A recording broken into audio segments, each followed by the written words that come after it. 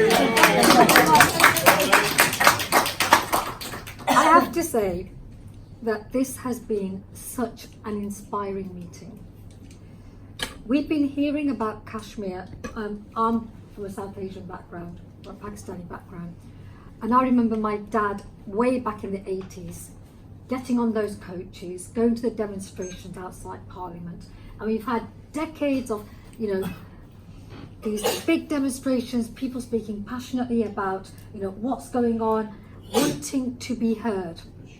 And I say generation on, never mind over there, we've heard very clearly about the million Kashmiris living in Britain as British citizens trying to get their voices heard and their issues represented. And within a Labour Party, who, let's face it, has had this particular population go out, do the door knocking, do the leafleting, do the donating, getting into councillor roles, doing the graft, being the party flag bearers on so many issues. But when it comes to Kashmir, getting fobbed off with, come have a nice meeting in Parliament, put your pictures in some Asian newspapers, and that's the job done. That's what I've seen. And today, I have to give tribute, and I think the most inspirational person, apart from my good friend here, Raina Nazir, who is a personal heroine of mine. She's somebody who for decades, we've known each other for 25 years, and for every single one of those years, she has been talking about Kashmir. A lot of people have come on this recently, and I pay tribute to her. She's not just the chair, but the founder of Kashmiri Women's Council. And it's so important that Kashmiri people themselves have a voice in this debate, and I pay tribute to my sister Fariha as well, who so eloquently spoke. But my concern in the Labour Party right now is, what is the responsibility of our party in this? Why is it that it's taken this long for people to be told about the trade union machine, the bureaucracy, why it matters, how it matters? And I was saying the most inspirational person, apart from, is William. For me, this shows change is coming. William is the symbol.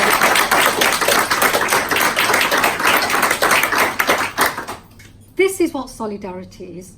This is our values in action.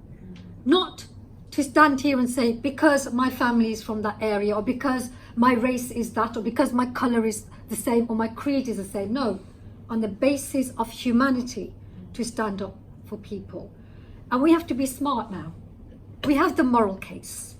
We have the legal case. Since 1947, the legal case and the moral case has been there in the United Nations. The very first resolution of the United Nations was about Kashmir and the right of the Kashmiri people to have a vote.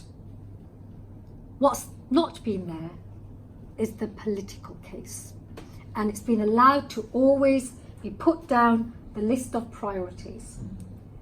And if anything positive can come about from the absolutely devastating situation that we have now, if there is any silver lining to the dark cloud over Kashmir right now, is that India is being exposed in front of the whole world.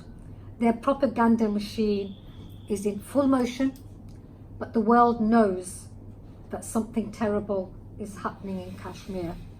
And what Williams highlighted is that when CLPs come together, when our Labour Party family comes together and uses the collective mechanisms that are there to ensure that the issues are debated in the right fora, in the right way, to ensure that people are not left alone to fight that battle, are not left to just talk about the issue amongst themselves, but get heard where they need to be heard, so that these issues can be raised where the differences can be made. That's the next step. And I think we're ready for that. And my brother who spoke about the trade unions, I would say straight after this meeting, don't wait a minute longer. Yes. Get together, talk about how the trade union movement, how the Labour Party itself, so that when we come back this time next year, not only will we be coming back under a Labour government, we will have a struggle which is at the next level. And I say this with confidence as one of the patrons of Stop the War Coalition. I'm used to fighting the unpopular fights and knowing that people in power don't want your voice to be heard. If Palestine is an issue now in the West, it's because of the Stop the War Coalition. I will say that. And the same issue, it's not just though it's like, it's exactly the same. A land issue, a human rights issue, has been distorted into a terrorism issue. The same language is used by the occupiers in Palestine as is now used by India. So when they say they're fighting terrorism, and especially, they frame it as Islamic terrorism, no. Kashmir was a place where Muslims and Hindus lived side by side for centuries. This is a land dispute.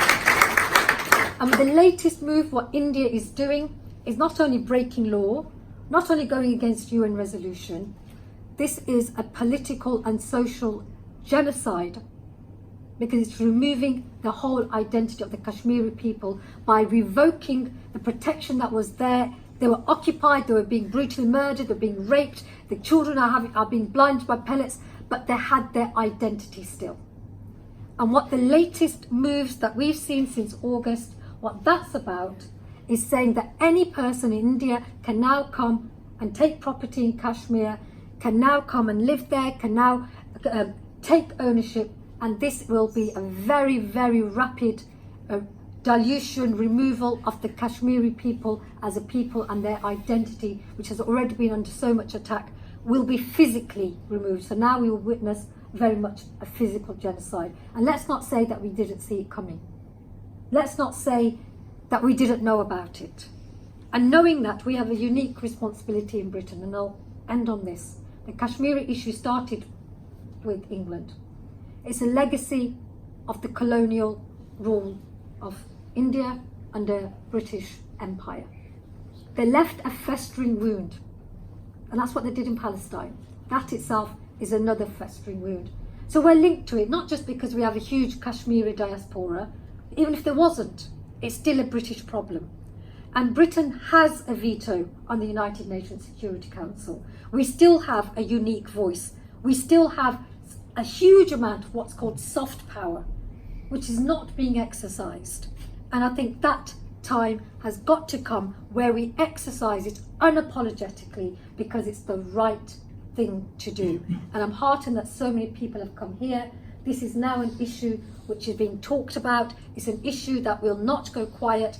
And I'm confident with the likes of yourself, putting a heavy burden on you, but you're symbolising, I think, the beginning of a new step in this long, long struggle for the freedom of the Kashmiri people.